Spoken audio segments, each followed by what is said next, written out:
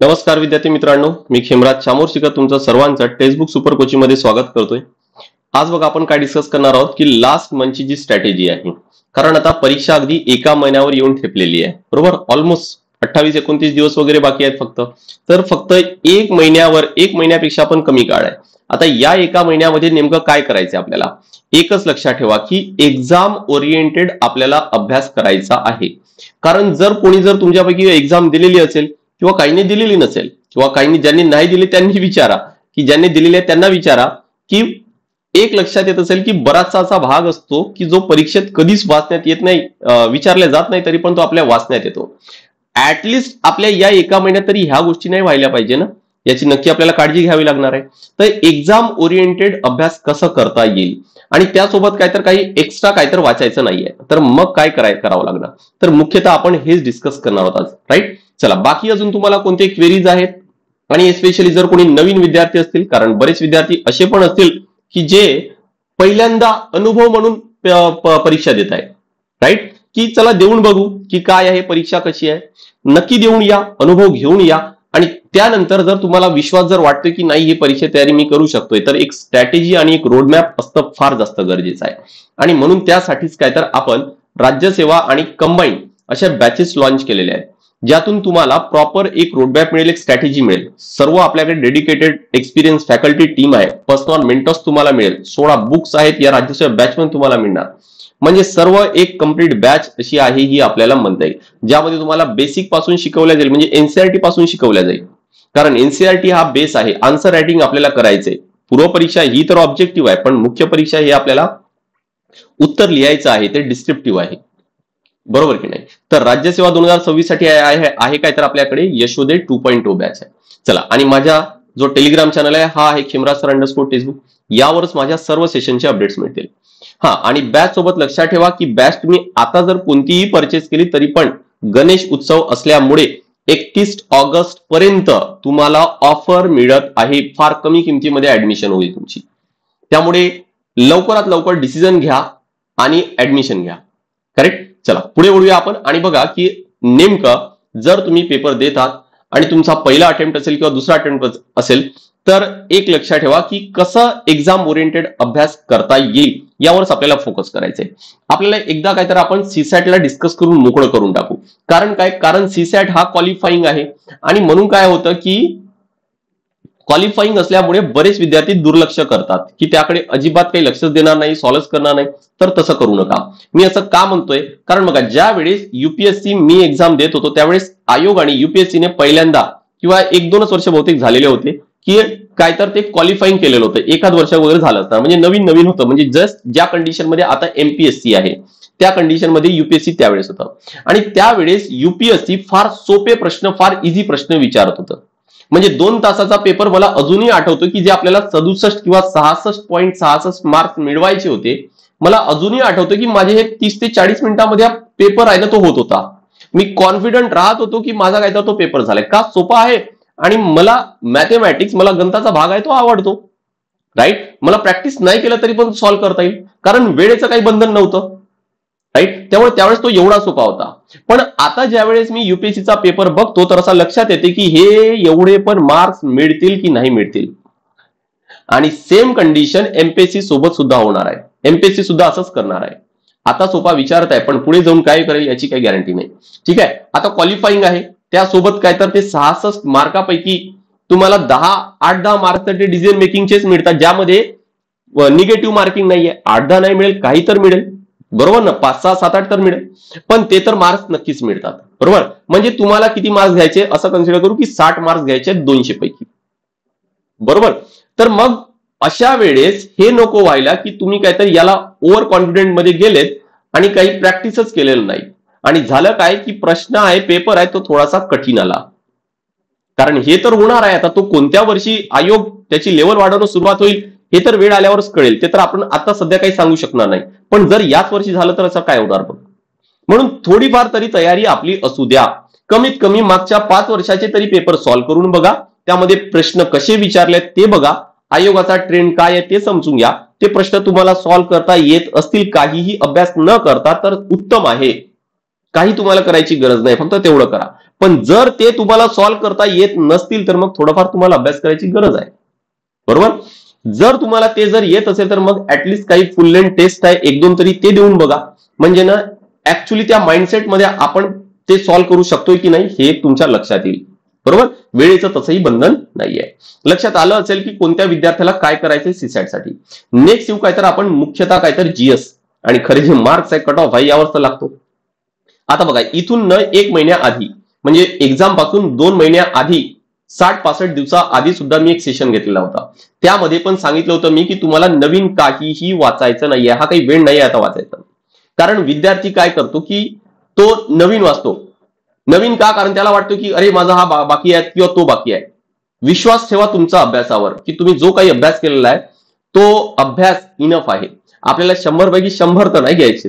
आपल्याला त्यापैकी म्हणजे 100 पैकी 100 प्रश्न सॉल्व्ह करून यायचे का नाही, सर्व प्रश्न बरोबर आलेच पाहिजे का असं नाहीये. आपल्याला कट ऑफ क्लिअर करायचे. पण त्या 100 सॉल्व्ह करण्याच्या मागे आपण काहीतरी बरेचसे चुकवतो. ही स्पर्धा परीक्षेचा हा जो नेचर आहे आप समजून घेणं गरजेचं आहे. बरं, याच चक्करमध्ये आपण काय करतो तर एक लक्षात ठेवा की विद्यार्थ्यांमध्ये फोमो असतो. फोमो म्हणजेच काय की ज्याला फिअर ऑफ मिसिंग आउट म्हणतात. म्हणजे जर एखादी आपला मित्र कोणीतरी दुसरे कोणते तरी नोट्स वाचतोय, मग आपण काय करणार, अरे यार माझे ते तर वाचण्यात आलेलं नाही, माझा तो टॉपिक तर वाचण्यात आलेला नाहीये, काय तर मग ते पण घेऊन येणार, ते वाचत बसणार. हा जो पिरियड आहे हा तुमचा एक्स्ट्रा वाचण्याचा नाहीये आणि काय तर एक्झाम ओरिएंटेड अभ्यास करण्याचा आहे. आता विद्यार्थी असेच करतात की त्याला काहीतरी सुटल्यासारखं भास होतो, घाबरतो आणि सर्व वाचत बसतो. या चक्करमध्ये जो झालेला आहे तोच त्याला मग एक्झाम मध्ये नीट आठवत नाही. प्रॅक्टिस आहे ती राहून जाते. राईट. आणि म्हणून नवीन कोणताही कंटेंट वाचू नका. स्वतःचा अभ्यासावर विश्वास ठेवा आणि फोमो आहे त्याला अवॉइड करा. नेक्स्ट, डेली करंट अफेअर्स वाचण्याचा प्रयत्न करा. कारण करंट अफेअर्स हा डायनामिक पार्ट आहे. नेमका 1 वर्षाचा विचारेल की 1.5 वर्षाचा विचारेल याची गॅरंटी नाही. ठीक आहे. तुम्ही या आधी जर वाचलं असेल नक्की अजून वाचायचे, कारण भरपूर भाग आहे तो लक्षात ठेवावा लागतो. डायनामिक पार्ट आहे तो. बरोबर. शक्य झाल्यास त्याला जसं गव्हर्नमेंट स्कीम्स आहेत तर मागच्या काही 8-10 महिन्याचे, 12 महिन्याचे, 15 महिन्याचे सर्व गव्हर्नमेंट स्कीम्स आहेत तेवढे वाचून काढा. आता जर तुम्ही मंथली आतापर्यंत वाचलं असणार तर आता घटकानुसार स्कीम्स आहेत, अवॉर्ड्स आहेत, असे एक घटक आहेत ते वाचून काढा. तुम्हाला रिलेट करता येईल आणि लक्षात ठेवायला जास्त सोपं जाईल. बरोबर. तर डेली करंट अफेअर्स वाचायचे. नेक्स्ट सर्वात मेन मुद्दा आहे काय तर हा, मी तो जो महिन्याभरा आधी जो सेशन घेतलेला होता त्यामध्ये पण सांगितलं होतं की पीवायक्यू तुम्हाला डेली करायचं आहे. ते सॉल्व्ह जरी झाले असतील तुमचे मागच्या 5-7 वर्षाचे तरी पण परत करायचे आहेत. 3-4 वेळा तरी तुमचे ते सॉल्व्ह व्हायलाच पाहिजेत, एवढे करायचे आहेत. बरं, त्यात काय फक्त काय प्रश्न उत्तर असं करायचंय का? नाही. मी ऑलरेडी युट्यूबला जो आपला 5:30 वाजताचा सेशन होतो त्यामध्ये बायोलॉजी आणि केमिस्ट्री, बायोलॉजी आणि काय तर केमिस्ट्री हे दोनही विषयांचे जे टॉपिक वाईज पीवायक्यू आहे ते कव्हर केलेले आहेत. आणि मी तुम्हाला रिक्वेस्ट करतोय की तुम्ही पण तेच करा. ज्या ज्या विषयाचे तुमचे कोणाचे बाकी असतील तर हे टॉपिक वाईज पीवायक्यू करा. कारण त्यातून ते प्रश्न जर तुम्ही पाहिले तर तुमच्या क्लिअर लक्षात येईल की आयोगाने एखाद्या घटकावर कसे प्रश्न विचारलेले आहेत. जसं फॉर एक्झाम्पल 2-3 दिवसाआधी रेडिओ ऍक्टिव्हिटी हा टॉपिक आपण कव्हर केला. त्या रेडिओ ऍक्टिव्हिटी मध्ये आयोगाने 11 प्रश्न विचारले. त्या 11 पैकी 2 प्रश्न हे जनरल विचारले होते. जनरल कोणते? की जसे रेडिओ ऍक्टिव्हिटीचा शोध कोणी लावला, अल्फा पार्टिकलचा शोध कोणी लावला, या प्रकारचे. 6 जे प्रश्न होते ते एका चार्टवर, जो चार्ट मी दिलेला आहे नोट्स मध्ये त्यावर विचारलेले आहे. तो चार्ट कशाचा आहे? अल्फा, बीटा, गॅमाचा. तो चार्ट कंप्लीट करा. मॅक्झिमम प्रश्न आणि हाय चान्सेस आहेत की त्यावरच प्रश्न विचारले जातील. आणि 3 प्रश्न हे हाफ लाईफ आणि कार्बन डेटिंग वर विचारले होतं. 3 प्रश्न. आता हे 3 प्रश्न जर तुम्ही चांगले समजून घेतले तरी पण हा टॉपिक आहे ना पूर्णच होतो कव्हर. आले का लक्षात? आणि चार्ट जर केलं तर तुमचा तो पूर्णच होतो. तर या पद्धतीने अभ्यास करा. तुमच्या लक्षात येईल की या रेडिओ ऍक्टिव्हिटी मध्ये कोणत्या भागावर जास्त भर द्यायचा आहे. जसा चार्ट म्हटलं मी, अल्फा, बीटा, गॅमा. आयोगाने न्यूक्लिअर रिएक्टरवर प्रश्न विचारलं का? तर नाही विचारलंय. फिशन फ्युजनवर प्रश्न विचारलं का? नाही विचारलंय. मग काय म्हणता येईल आपल्याला की हा ज्यावर प्रश्न विचारलाय हा आपल्यासाठी प्रायमरी आहे आणि जे फ्युजन, फिशन आहे, न्यूक्लिअर रिएक्टर आहे त्याला आपण सेकंडरी म्हणू. पुढे जाऊन विचारला जाऊ शकतो. त्यामुळे त्याच फाईलमध्ये म्हणजे या पीवायक्यू सोबत त्याचे नोट्स पण टाकलेले आहेत मी आणि त्या नोट्सच्या नंतर मी काही एमसीक्यू सुद्धा दिलेले आहेत की या प्रायमरी सेक्टरवर पण आणि सेकंडरी सेक्टरवर सुद्धा काही एमसीक्यू आपण तिथं कव्हर केलेले आहेत. आले का लक्षात की प्रश्न काय विचारला जाऊ शकतं. तर ही स्ट्रॅटेजी, ही प्रायोरायटायझेशन आपल्याला करता यायला पाहिजे आणि त्यासाठी तुम्हाला पी/क्यू परत परत परत परत सॉल्व्ह करावे लागतील. आता हे सर्व फाईल्स बायोलॉजीचे आणि केमिस्ट्रीचे सर्व फाईल्स मी टेलिग्रामला शेअर केलेले आहेत. हे जर तुम्हाला नाही मिळाले असतील, एका ठिकाणी सर्व जर पाहिजे असतील, मी तुम्हाला शेअर करतो. माझा नंबर घ्या, मला मेसेज टाका की माझी ही रिक्वायरमेंट आहे, मला ते पाठवा. पण त्यातून एक लक्षात ठेवा की फक्त ते बायोलॉजी आणि केमिस्ट्री केले म्हणजे काही बाकी विषय राहिले सोडून दिले असं करू नका. या पिरियडमध्ये तेच करा. मला पर्सनली ज्यावेळेस मी 2 वेळा माझं एक्झाम क्लिअर झाली नाही, तिसऱ्या वेळेस क्लिअर झाली फक्त या एका स्ट्रॅटेजीमुळे की मी पी/क्यू केलं, पी/क्यू वरून नोट्स काढले, ते नोट्स चांगले केलेत आणि प्रश्न सॉल्व्ह केलेत. माझा कट ऑफ आहे तो क्लिअर झाला. मी पेपर झाल्याबरोबर मी शुअर होतो की माझा पेपर क्लिअर होतोय म्हणून. आले का लक्षात? ठीक आहे. आता हे तुम्ही जर इतर विषयांचं केलं तुमच्या काय लक्षात येईल, तुम्हाला ते टॉपिक वाईज करायचे आहे आणि लक्षात काय येईल की तुमचं ते करता करता लक्षात येईल की अरे माझा एखादी टॉपिक आहे, तो टॉपिक अजूनही मला वीक वाटतोय. आपण ज्यावेळेस पुस्तक वाचतो ना आपल्याला वाटतं की माझा हा एखादी घटक आहे, एखादी टॉपिक आहे, एखादा चॅप्टर आहे, तो चांगला झालेला आहे. पण मी तुम्हाला चॅलेंज करतोय की एकदा पी/क्यू चेक करून बघा. तुमच्या लक्षात येईल की त्यातले काही टॉपिक हे तुम्हाला स्वतःच जाणवतील की पूर्ण कंप्लीट झालेलं नाहीये, त्यामध्ये काहीतरी कमतरता आहे. मग असेच टॉपिक, सिलेक्टेड टॉपिक आणि त्या टॉपिक मध्ये सिलेक्टेडच भाग हा चांगला मजबूत करा. आले का लक्षात? पूर्ण पाठ पसारा वाचायची गरज नाही. ही वेळ आहे ना, ही ती नाही आहे. ठीक आहे. नेक्स्ट आहे काय की जसं तुम्ही पी/क्यू साठी करत आहात आणि तो तर मी तुम्हाला म्हटलं की टॉपिक वाईज करा आणि हा जो फंडा आहे ना, हा तुम्हाला खूप जास्त मदत करेल. सोबत शक्य झाल्यास रोज एकतरी टेस्ट द्या. कारण टेस्ट मधून काय होणार की तुम्ही सर्व विषयाचे प्रश्न आहेत ते एका वेळेस त्या 2 तासामध्ये डोळ्या खालून जातील.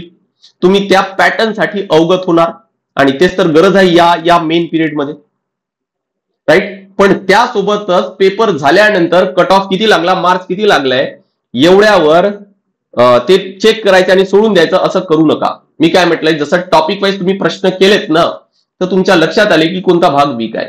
इथून पण तर लक्षात येईल ना की टेस्ट झाल्यानंतर हे चेक करा की प्रत्येक सब्जेक्ट मध्ये मला किती मार्क्सचा किती प्रश्न विचारलेत, त्यातले किती सॉल्व्ह केलेत मी आणि किती मार्क्स मला मिळालेत. हा प्रश्न विचारा की मला ते उरलेले प्रश्न का नाही आले किंवा चुकले तर का चुकलेत, निगेटिव्ह मार्किंग गेली तर का गेली. आले का लक्षात? तर इथून ना तुमचं क्लिअर लक्षात येईल की कुठं तुम्ही कमी पडतात आणि मुख्यतः काय तर आपल्याला हेच तर करायचंय, राईट. तुम्हाला तुमच्या चुका आहेत त्या शोधायच्या.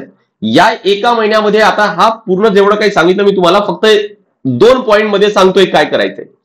तुम्हाला तुमच्या पहिला काय तर चुका शोधायच्या आहेत की कुठं तुम्ही कमी पडत आहात, कुठं चुकत आहेत, कुठं तुम्ही कमी पडताय. आणि दुसरं आहे काय की फक्त आणि फक्त एक्झाम ओरिएंटेडच अभ्यास करायचा आहे. यासाठी पी/क्यू हे खूप मोठा रोल प्ले करणार आणि पी/क्यू आणि टेस्ट त्यावरून तुमच्या लक्षात येईल की तुम्ही कुठं कमी पडताय.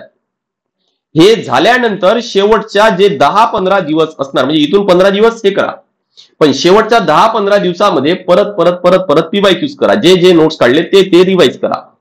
शेवटच्या मी तुम्हाला म्हणणार की 10-15 दिवसामध्ये फक्त पी/क्यूज करा.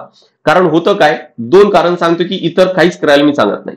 जनरली जे शेवटचे दिवस आहे यामागे कारण काय, जर तुम्ही शेवटच्या दिवसांमध्ये जर टेस्ट देत असणार तर टेस्ट लक्षात ठेवा की हे तुमची लेवल डिसाईड करत नाही. तुम्ही टेस्ट कुठेही द्या, कोणत्याही अकॅडमीची टेस्ट जॉईन करा.